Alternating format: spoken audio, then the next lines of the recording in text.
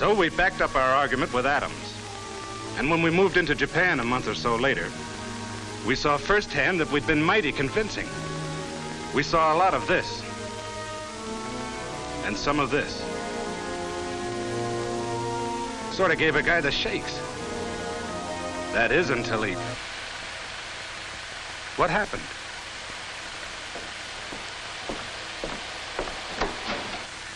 Well, that got the idea across. I'll have this gizmo fixed in a second. Then put on something easier to take. A rootin' tootin' western, with men fighting it out the old-fashioned way. Yeah, none of that Adam business. Why not? It's our business. You saw what happened in Japan. What if it happened here? What would you men do? Well, that's easy. I'd go see a tailor. Tailor? Sure, have my uniforms altered. Have 'em cut to let my wings out. All God's children's got 'em, you know. I'd take music lessons. On the harp, naturally. Well, Nah, that wouldn't do. I think I'd...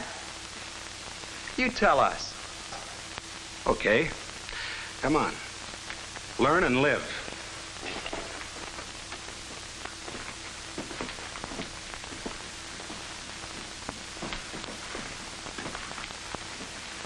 Target for today.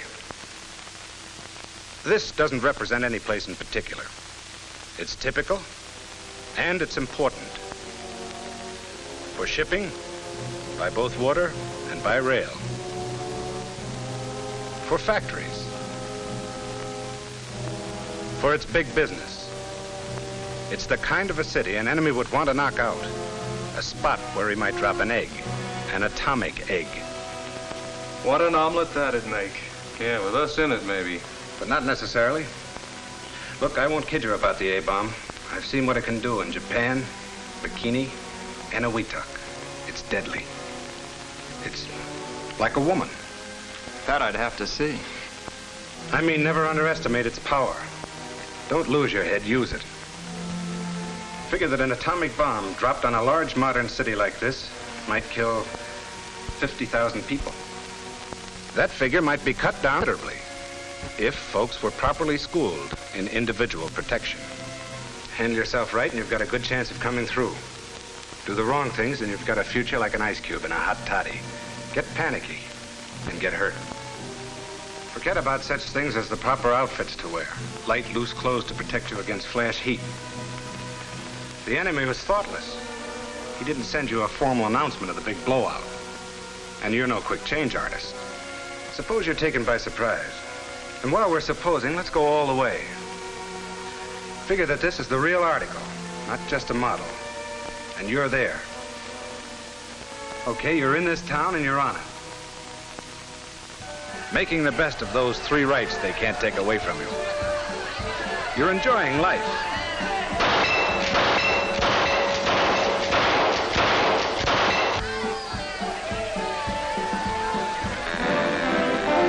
You're enjoying liberty.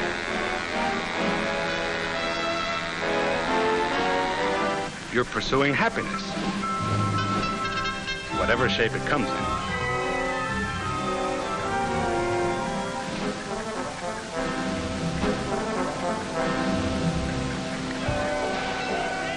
You're doing all right. When...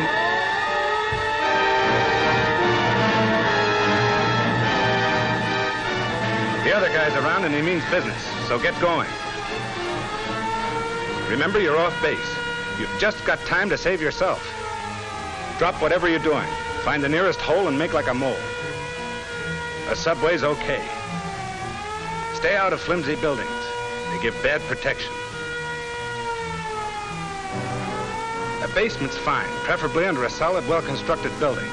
And the safest positions are near strong supporting columns or next to the walls, protected from falling bricks and 2x4s. If there's no underground shelter handy, pick a room in a good building close to the ground. It ought to be airtight and light-proof as possible, with the doors shut, windows closed, and blinds drawn.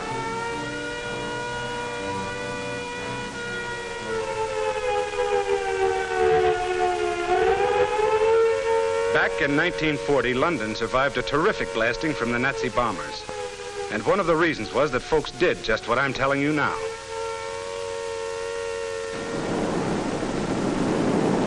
pretty crowded down in those shelters. There wasn't much fresh air. There was more of it up above. But fresh air isn't important. Not unless you're still breathing.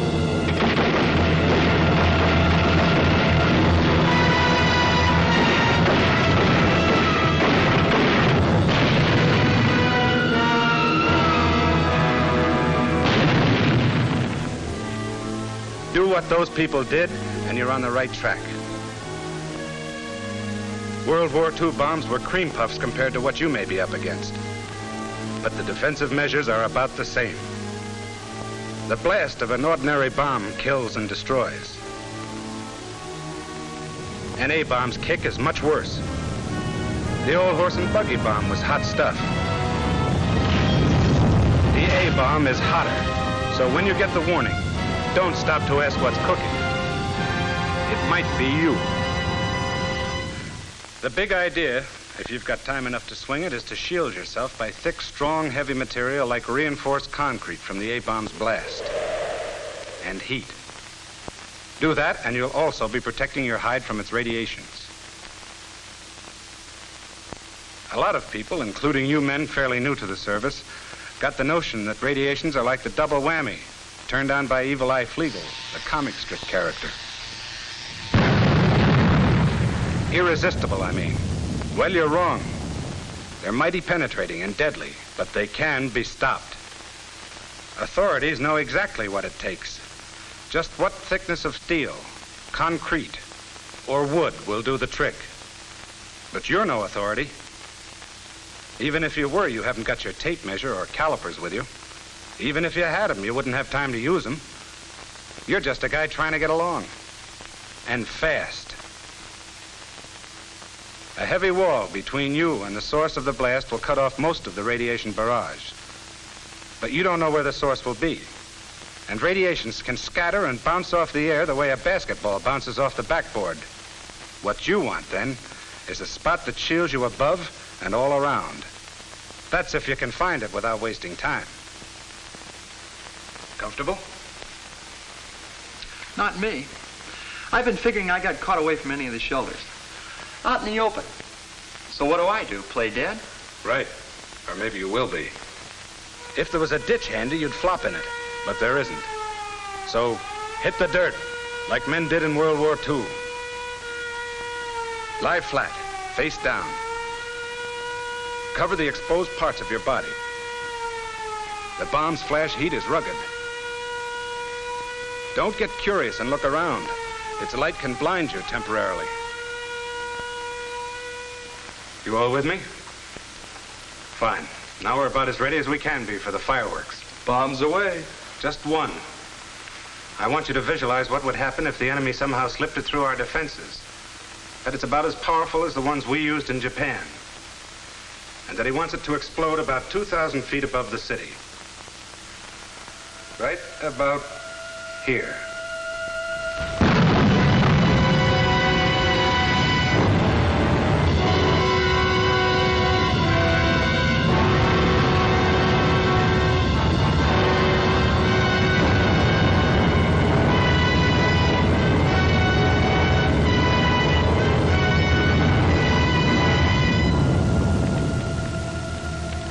The spot directly below the blast, which we call Ground Zero, is just that, a goose egg, a lot of nothing. And out to a mile or more, the destruction's terrific, with only a few strong structures surviving.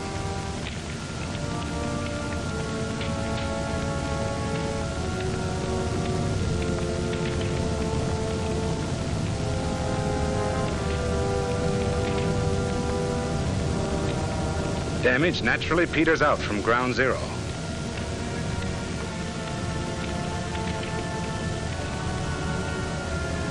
But all big explosions are affected by obstacles such as hills. Behind a hill may be a building that came through okay, while further out in the open will be another that went to pieces. The fires started don't exactly follow the rule book either. In here you might get a frying pan, and back here a fire.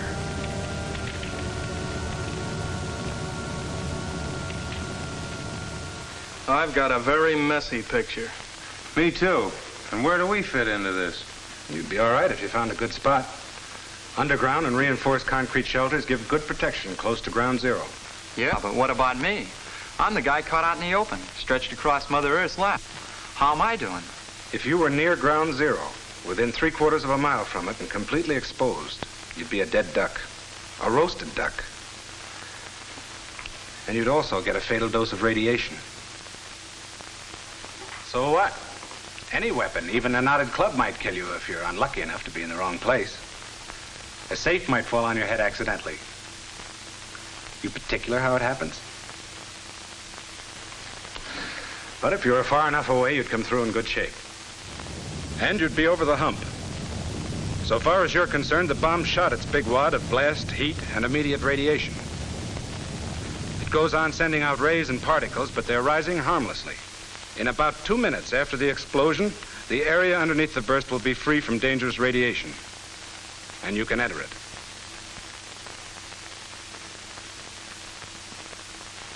You've probably got military duties to perform. There's a lot of relief, rescue, and policing work to be done. So after waiting a couple of minutes, get moving.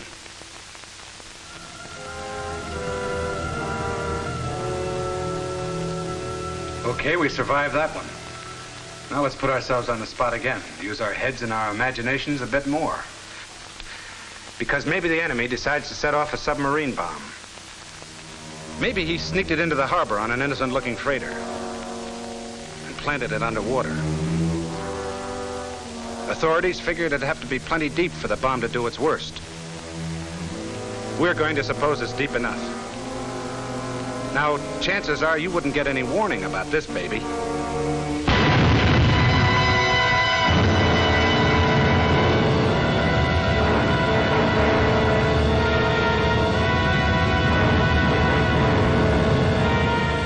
You'd sure see it, though. You wouldn't worry about being blasted or burned by a submarine explosion. But watch out for the fog and mist. It's radioactive, packed with poison, and it moves fast.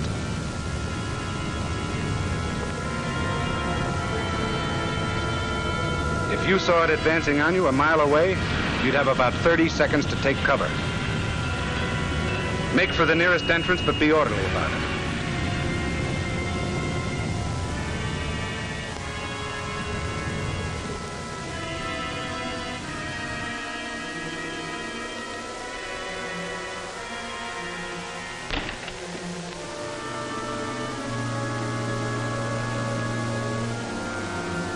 That fog has contaminated everything it touched with radioactive matter, which we'll call hot stuff, although it hasn't anything to do with its temperature.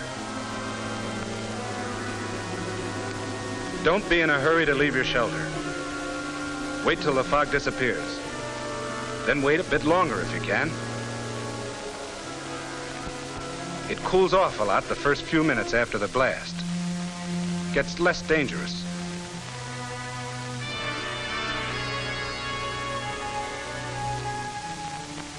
It'd be best to wait until the radiological defense men come around to tell you what to do. But if you've got to go, go the right way. Your handkerchief makes a pretty fair filter. Breathe through it. Be quick or be sick. The faster you pass through a contaminated place, the less you expose yourself to radioactive poisoning. Move crosswind as much as possible. Take advantage of cover, of passageways protected from contamination.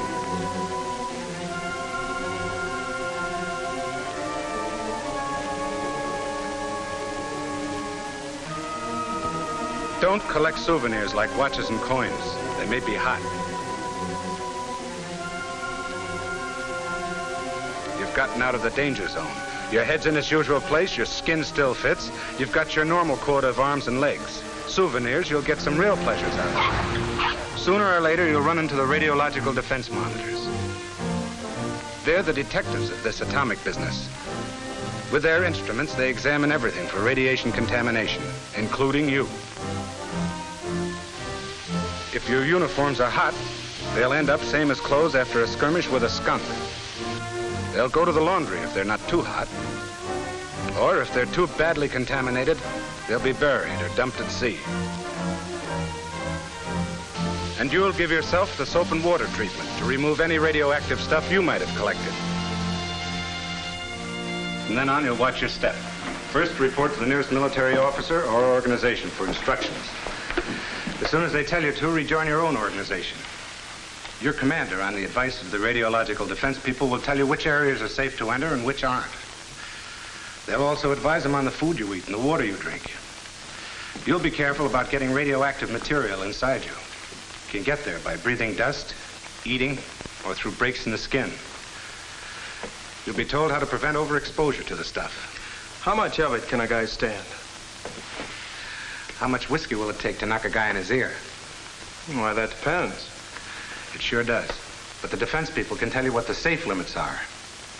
And they'll keep checking in order to determine those limits. The odds on you surviving an A-blast depend a lot on you. Okay, Sarge? Right. Get panicky or fat-headed, and you'll probably have a new title. The Late John Doe. Which isn't exactly a promotion. Use your think tank. Follow the rules, and you might live to look it over. That's the picture, men.